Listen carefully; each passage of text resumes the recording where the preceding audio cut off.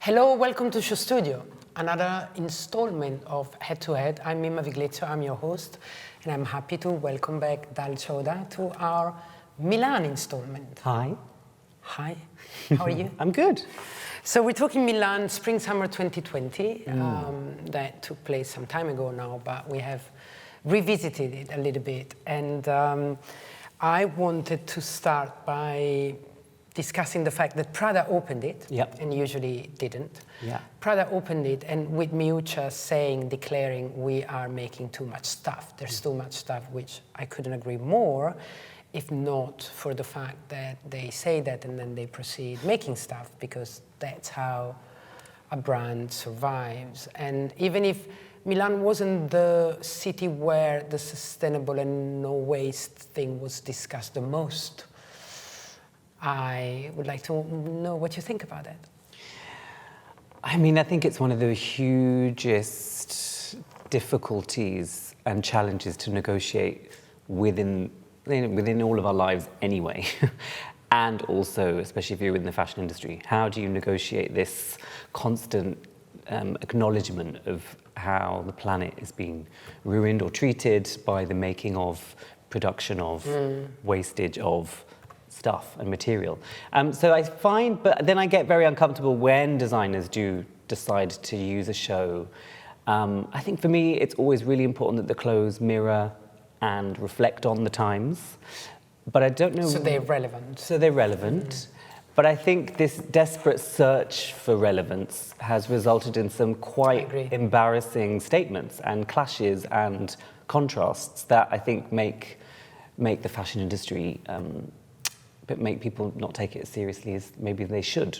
You know, I think this idea of having a show like this and then saying something like, you know, we're making too much stuff. I mean, here I think Miuccia was using it as a way of explaining the more minimal and the more simplistic. We just saw the first look that she sent out and that opened Milan, and I think it's one of the best look of the entire season. I mean, very Prada, very minimal, very, very consistent with what she said. Yeah.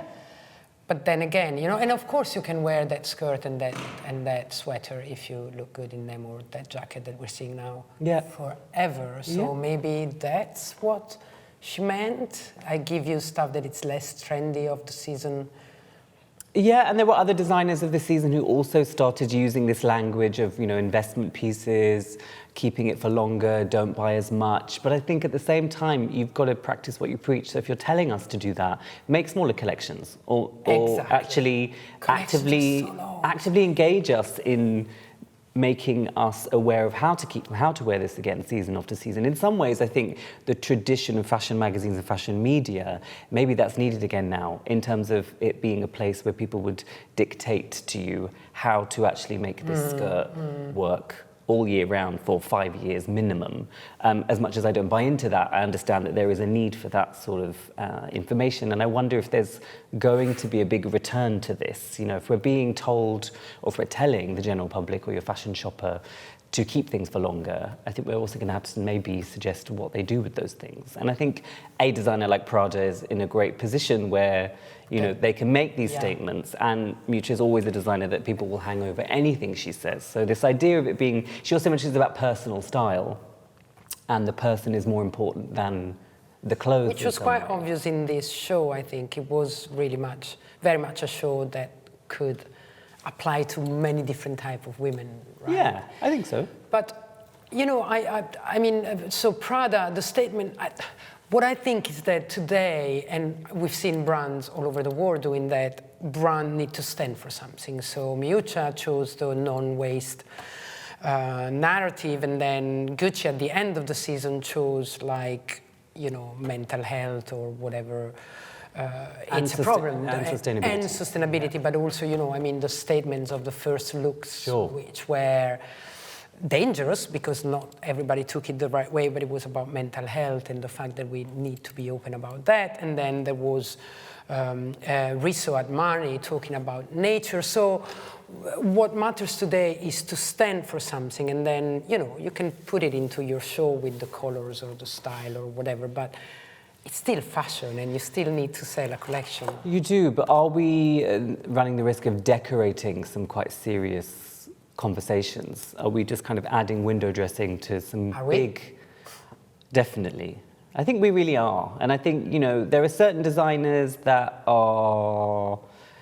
I don't know if there are certain designers. I mean, it's tricky. You can't criticize a system that you are benefiting from. And I think, you know, the most sustainable thing would be to maybe not make collections as often. But that's a completely different... If the Prada and the Gucci's and the big brands and the LVMH brands and the Kering brands of the world stop doing pre-collections, which actually are the bread and butter of the bottom line, but, you know, then we can go back to slower and less, and, you know, because you can shout to everybody, don't consume, but then if you don't consume, I don't survive. So just do less. I mean, well, it's exactly like being in a restaurant and being told to eat less, but you keep being served wonderful, beautiful plates of food. That's exactly what we do. And obviously that doesn't make any sense. It's a big contradiction. Massive contradiction. I think what's interesting about the conversation is that, again, who are we talking to?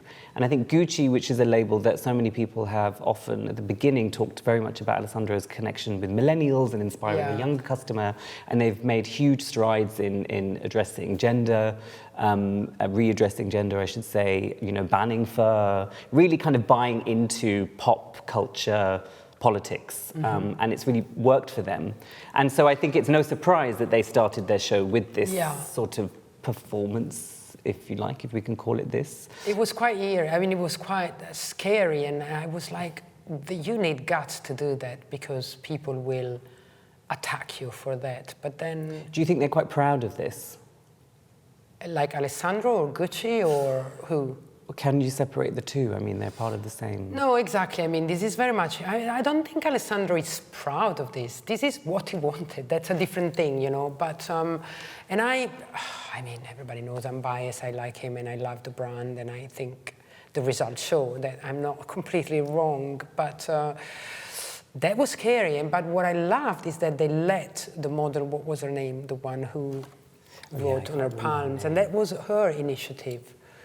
Mental health is not fashion. Did they let her? Did they know? Absolutely, and she wrote it on an Instagram. She said, I was dressed like that, and I said, I need to do something, and she did that. So, you know, that was a sign of fairness or sincerity. But I don't know what any of this has achieved. You know, it hasn't changed anything. It's not...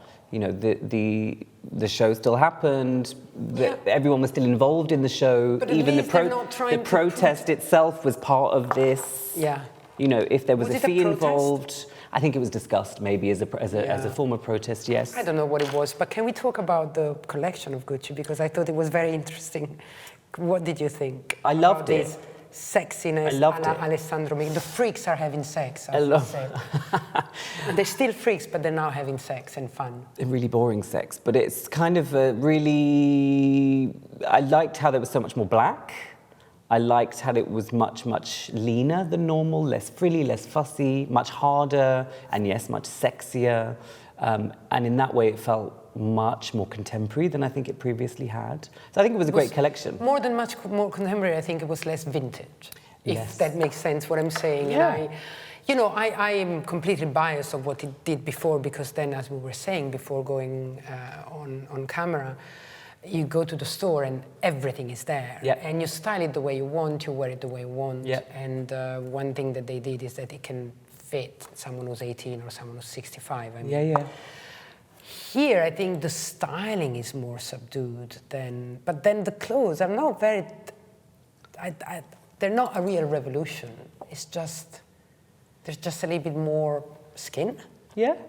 Well, it's recognizable, a lot of it. I think it's really clearly moments of the Gucci house that he's riffing off of. And he's also looking at what other people are doing. You know, there's kind of a Balenciaga moment in there. There's a Valentino moment in there. But when other designers do that, we tend to find... I mean, and probably a lot of those moments originate from Gucci, you could argue. Like that dress in the middle, for example, you know, is very much a Gucci thing. But it could also could also be seen as a kind of contemporary or more recent Valentino thing. Yes. So it's an Italian thing. There's a little bit of Prada to the left. Exactly. There's a little bit of Miuccia. I don't think these are mistakes or... No.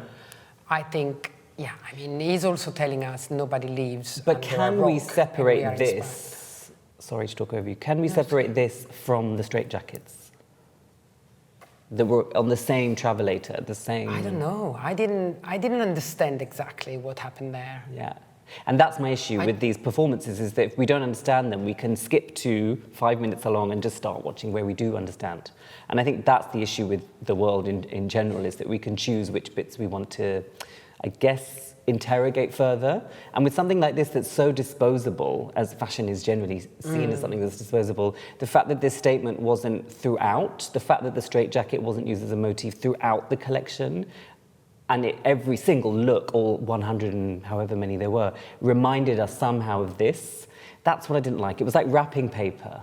So you didn't like that? Present. I agree. It's not, for me, it was more like or not like. I just didn't understand. And I thought maybe if I were there, it would have been clearer. But I talked to some people, and it's something that people then forgot because they saw the collection and they started discussing the collection. But anyway, kudos for the collection. I think it's a good way forward. It is, and also 70% of the set was all from sustainable materials or would be reused. So there were really high standards there when it came to actually practicing what they're preaching when it comes to sustainability for the brand. So like that in itself is great. But the look, the sexier Gucci is good. Yes, and so what else? What else? I mean, I have so much to say, but I'm going to ask you, what did you particularly dislike or particularly like? I have questions about Versace. Okay. Talking about, obviously a lot of this protest at the beginning of this show was what dominated social media when it was happening. Similarly, the Versace show is remembered for its closing kind of 2 minutes. And therein lies this kind of modern pop paradox of what can and should designers do to create that buzz and maintain relevance. Now, again, for this, I think, the collection itself for me felt, it felt really irrelevant is too strong, but I just didn't understand this woman. I don't understand this look right now. I did. It felt very, very costume in certain places too. And that's the bit that... It's funny you say that, because, and then we can talk about J.Lo, but I thought the collection was stronger than usual. I thought it was less costumey than usual, because, obviously Versace has a certain type of style that you like or not, but we're not here to discuss what I would wear or not. No. But I thought, look at this Bella Hadid dress. I think it's very modern. I think it's a more modern Versace than usual. That's why I was even more against that J.Lo finale that took it a little bit away from me. This black and white section, I think it's very, very interesting. But I'm very interested in hearing why you think it's costumey. I just think there's a lot of clothes in here that kind of don't necessarily, even walking down the runway, they don't really move correctly. They don't. By correct, I mean they don't work on these bodies. I think they'll make fantastic photographs. It's very graphic. Yes. The collection's a lot of hard lines, and in that way. And certainly, I think what's interesting about Versace is that when the girl or the model can walk, and I mean walk in that way, the clothes work immediately, but they're not necessarily clothes that work on every single type of person, which again isn't a bad thing. Yeah. But I think here there were certain kind of missteps. It just didn't look as easy or as sensual as I want from. And yet, what I would say is that I prefer it when Donatella does Versace the way Versace is. High heels, high glam, high sexiness, instead of trying to adapt to the trends and put them in sneakers. Well, Cavalli went through that very same challenge of having this customer and thinking that they want a Celine customer and then changing. Yeah. But Donatella survived. I mean, Versace survived because, in a way, I think this is what they are, I mean, there's probably a little bit too many legs for me and whatever, but it's as if Vaccarello suddenly did Celine, Phoebe Celine. Yeah. So, and I think this is what Donatella Versace does, and this, I think, is what Versace should do. But it goes back to that idea of who they're doing it for. Their customer, their clients, no? who are they doing it for?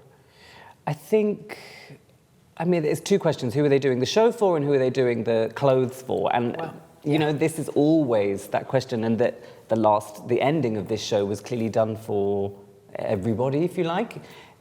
This idea of reclaiming or claiming that they started Google image search, or the Google image search was inspired by the J.Lo dress, which I believe Google has also corroborated and said that that is what happened. I'm sure, yeah. That's an incredible... Google wasn't mentioned for free all that many times, you know. But that's an amazing testament to how powerful fashion and the fashion image is, isn't it? By far, yeah. But I think it's sort of riding on that history, but I still need something a little bit more. I still need something that feels a little bit fresher than this. Fair enough. What do we think about Daniel Lee for Bottega Veneta? What about the hype he has right now and the work he's doing? I mean, I will say I think I'm quite exhausted by the accessories. As much as I love them, I think there was something quite odd and perverse about the sheer amount that I saw on Instagram. On that particular catwalk, or no, just generally. Generally, your explore page on Instagram, if you're interested in fashion, is like mine, probably cats and these shoes and these bags everywhere. And you know, they tend to be shot and they tend to be photographed in exactly the same way. There are lots of kind of cases of influencers receiving bags in their hotels allegedly and photographing them and all being photographed together. We're also in a new era of, I think, street style photographers and influencers have started to photograph themselves very much like the supermodels of the 90s coming out of shows as packs. So you get 4 or 5 of these girls looking wonderful and hot as hell, but they're all wearing Bottega accessories and Bottega bags. And for me, it cheapens these things, and these are not cheap things. These are beautiful, exquisitely made and very covetable items. But it's overkill. I hear you, and I don't disagree yet. I've just seen the results, and it's working. It's working, yeah. So Bottega's revenues have gone up for the first time in years, and that pouch bag, is it called pouch bag? It's one of the best sellers of the season, and their shoes, and now the boots, you know, of last season. So I agree with you. They have to be careful in rebalancing it a little bit because it's very luxurious and it's hugely expensive. So maybe throwing it a little bit less on those influencers. But again, what I'm saying isn't a criticism of Bottega or their marketing strategy, but my job, I guess, as a writer, as an observer, is to just note what I think is interesting. And I think in that case, this is a very interesting way that a brand has very quickly upped their revenue and their traction, but with great product. I mean, when you go to the showroom and you see it, you're just beautiful. Salivating. The colors and everything is just...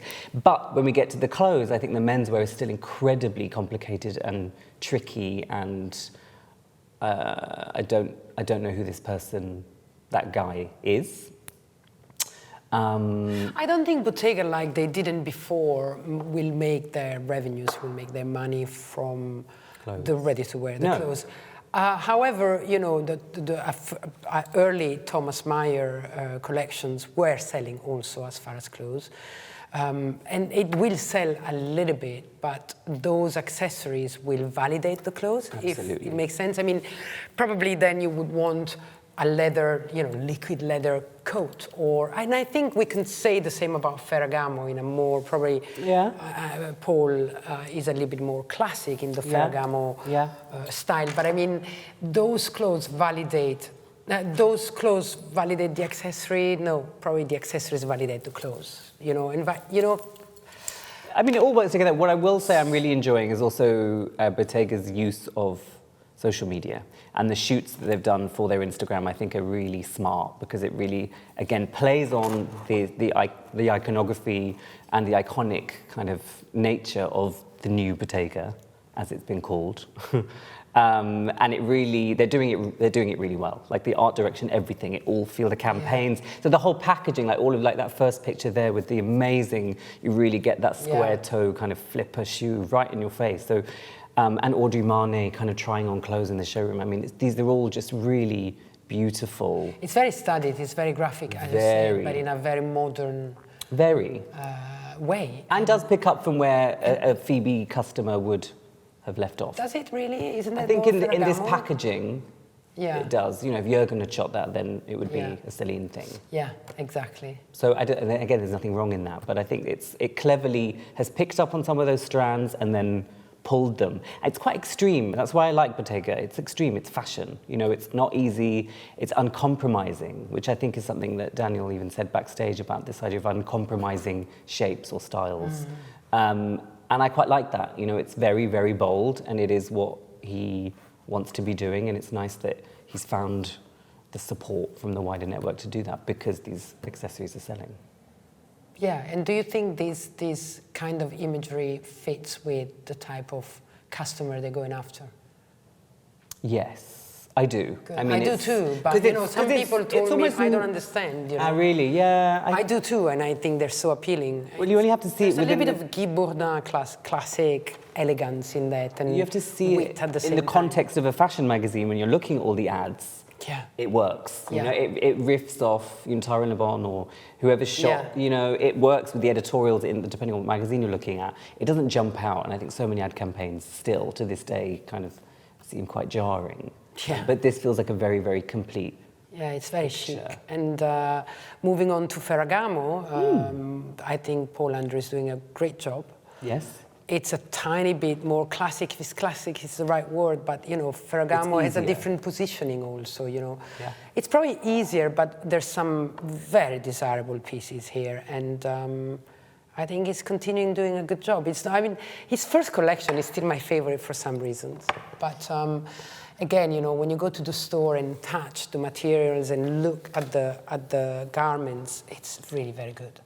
I mean, I think what's tricky is if you are trying to, you know, you're working for a leather house and you're trying to keep leather throughout, I think most of these outfits has at least one piece of leather in that isn't an accessory. You know, so that blouson on the left or that kind of jalaba trench on the right, all of these things are actually leather, but they don't look like they are. And I think that's obviously really difficult to do.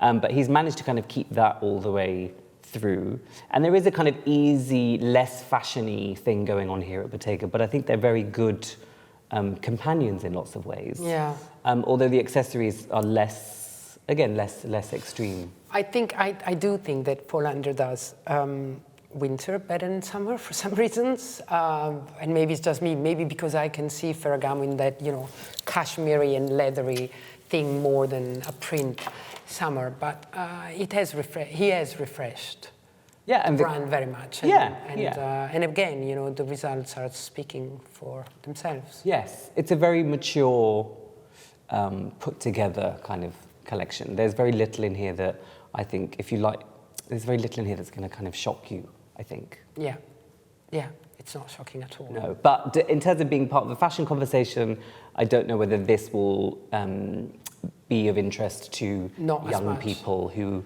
are studying and coveting fashion right now. It's not going to do that, and I'm not saying it should, but there's an element of that. Well, probably not as much, but probably they don't cater to those people at all, and while Bottega could. Yeah. I don't know. It's always a very difficult discussion because you're like, okay, what does the brand stand for? But then, you know, when Alessandro took over Gucci, it went completely in a different direction and it works. So it's very hard to say. I mean, do we really need to look at the figures and at the demographic of your clientele to decide how to design a collection? I'm a little bit at loss here because we have examples that show yes and no in both directions, right? Well, you know what's tricky is that, you know, fashion is now all displayed at the same time on the same shelf, bang. So your fashion for your kind of wealthy traveler, jet set customer is presented side by side by your more fashion forward kind of aspirational 20-year-old. Yeah. And I think that then makes the conversation or the critique around fashion very murky because actually you end up kind of saying ridiculous things or reading ridiculous things or like, who is the customer? Who's going to, things that we say often, but I think that which is really unfair of certain things because some collections just do really well. I just remember when I was younger looking at fashion when I was a kid and the things I was into, I had no thought about, could I afford this, or will I ever wear this, or will I ever get to it? It just never crossed my mind. And there's something about that. Because you were approaching it intellectually, like with an interest for the craft, for the whatever. Maybe, for the thing. The dream, but I mean, who's a customer who cares, you know? But it's also an instinctive thing, because as a 6, 7-year-old, I don't know whether you are necessarily engaging with it on that level, you're engaging with the image, right? So I'm looking at Nick's campaigns for Dior, not when I was 6, but, you know, when I was a bit older. But those moments, I think that moment is happening with Bottega. Exactly, because I think what Daniel Lee is having is very good ideas on the marks of Bottega, you know, how he redesigned the gigantic, how do you call it, that? Intricciato. Yeah, they call it differently, but anyway. They probably say it correctly. Yeah, how he, you know, he had some ideas that those were... disco ball shoes. While Paul worked more on the color of Ferragamo, on the materials, on the, you know, now he redesigned the famous shoe. I'm not sure that shoe deserved to be redesigned. I'm not saying he didn't do it well, but I'm wondering, you know, while the way Daniel did his staples, it's very interesting. Yeah. It's very interesting. Yeah. But which leads us maybe to Zanini. Exactly. Well, I wanted to touch on that. Thank you.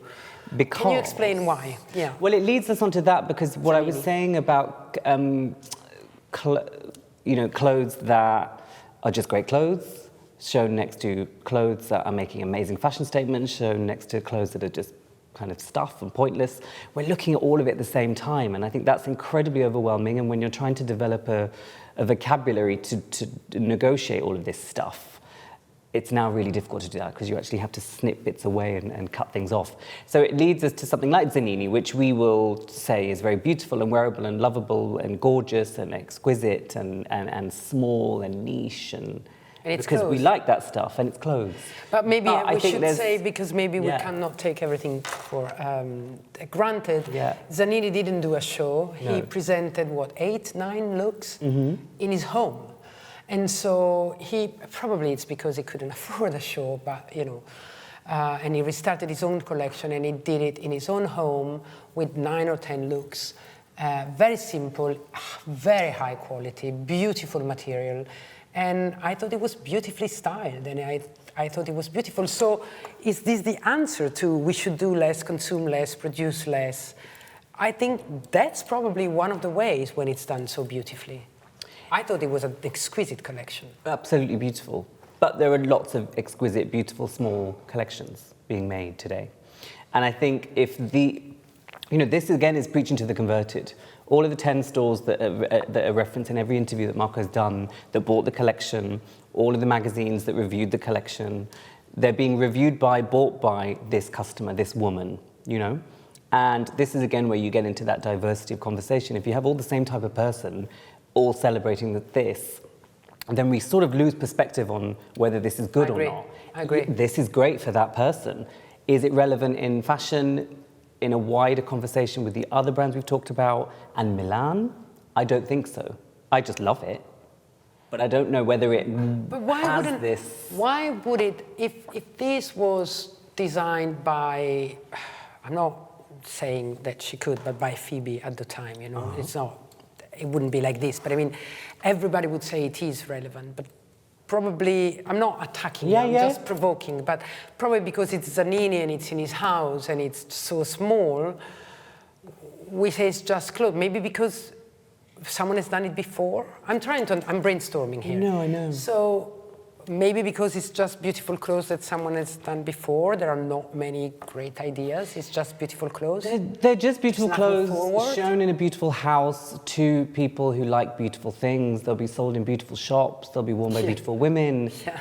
At no point does this become something that I think needs further interrogation. Yeah, not right now, but I mean, generally, I think if we're talking about fashion with a capital F, it has to have that relevance. And I think the relevant part of this, which is why I guess we wanted to talk about it, is this idea of it being small. And this idea of actually being I think that's why we're talking about this. Very aware of your ambitions for the label, which I think here he's very much, having worked at major houses like Schiaparelli and Halston. And again, not succeeding particularly. And not succeeding. Let's say it. But also he's talked about a burnout, you know, he's talked about wanting to, get out of that system, and he's very delicately critiqued the pace of fashion. But again, he's a designer critiquing the pace of fashion by making clothes.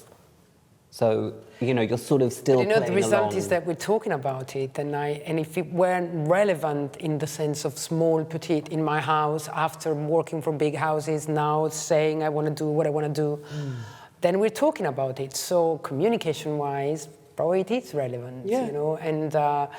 And so what would be for you the most relevant thing you've seen in Milan this season? What a question. I think for me, it's just this, for me, what I'm still really thinking about is the tension between making a political message, having one, and knowing what to do with it. So, for example, at Marni, which picks up on the Spring/Summer 20 men's show, which was displayed underneath the kind of... You said Marni, not Armani, right? Marni. At Marni, yes. At Marni. Underneath a canopy of single-use plastic that, you know, the house had been collecting from different places, which was then going on to be made into a work of art. Similarly, with the women's show, I think that stage, the settings remained the same, but was tweaked slightly. There was this kind of...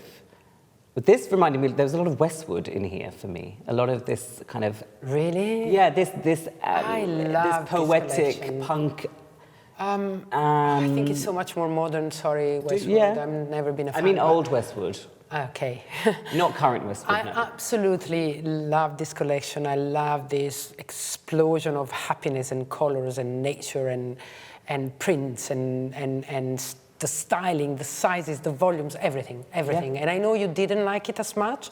No. So that could be interesting. Yeah, there is a little bit now here. I don't know if we're showing this, but there is a little bit of Westwood, original Westwood here. And there has always been, you know, he does have, there's a very British sensibility, I think, to Francesco's taste, which I think is really fascinating within this context. Yes. But here I like, and it's what I was saying about this idea of a message, a political message, a social message, coming through from the head to the toe of the show.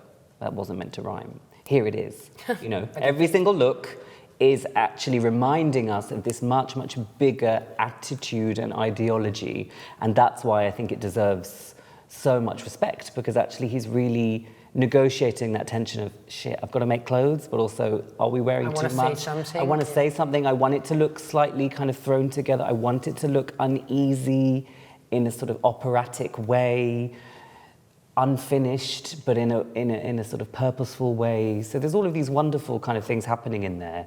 But I also like the fact that this is gutsy. You know, it has guts. It's not trying to appease anybody. It feels like he's finally said, okay, now I am Marni, and now you get this. This is what it is. Do you see what I mean? And you can feel it when you follow the industry. You can feel it when a designer feels liberated. And I think this is the proof that he is totally liberated now. And I think he did probably the best collection from his beginning of Marni's. It's great. We want designers to make clothes that say what they think, rather than just producing stuff, but because they're on this roundabout. Which is rather rare, right? We might get there. Shall we end on this note? Let's. Thank you, Dal, Thank and you. I hope to see you soon. Bye-bye. Bye.